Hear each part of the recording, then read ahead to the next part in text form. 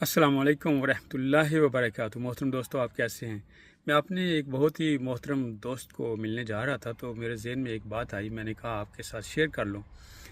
आपने अक्सर सुना होगा, जो लोग मशरक़ी ममालिक से हैं, पाकिस्तान, इंडिया या दीगर ममालिक से, तो लोग बड़े फ़ख्र से कहते थे कि हम ख़ानदानी लोग हैं। या दूसरे लोग भी जब किसी के बारे में राय पूछते थे, बताते थे, तो कहते थे बेफ़िक्र हो जाएं, ये बड़े ख़ानदानी लोग हैं, ये ख़ानदानी आदमी है। अब जो मैं बात आपसे करने लगा हूँ, ये सिर्फ़ इल्म के मुताबिक नहीं, अपने इल्म के मुताबिक नहीं, अपने तजर्बे के हिसाब से भी आपके साथ शेयर कर रहा हूँ।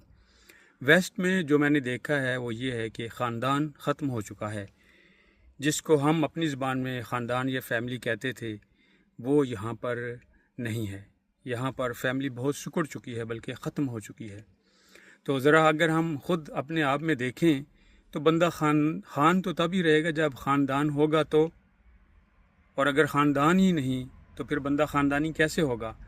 अगर आप खान कहलवाना चाहते हैं, अगर आप खान और ख़ानदानी रहना चाहते हैं, तो आपको, मुझे, हम सब को ख़ानदान बचाना होगा। बिलख़ुसूस इस मगरबी माशरे में हमें अपने ख़ानदान के ऊपर फ़ोकस करना होगा, तवज्जो देनी होगी, उन्हें वक्त देना होगा, उन्हें प्यार मोहब्बत देना होगा।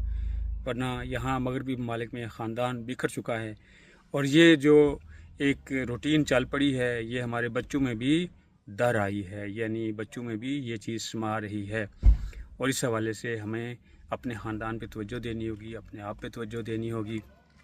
खुश रहें, मौसम एंजॉय करें, ज़िंदगी को एंजॉय करें। ज़िंदगी अल्लाह ताला का एक बहुत कीमती तोहफ़ा है, इसकी हिफाजत करें। अपने और अपने प्यारों का बहुत सारा ख्याल रखें, मुझे दुआओं में याद रखें। आप सब के लिए बहुत सारी दुआएं। अल्लाह हाफ़िज़।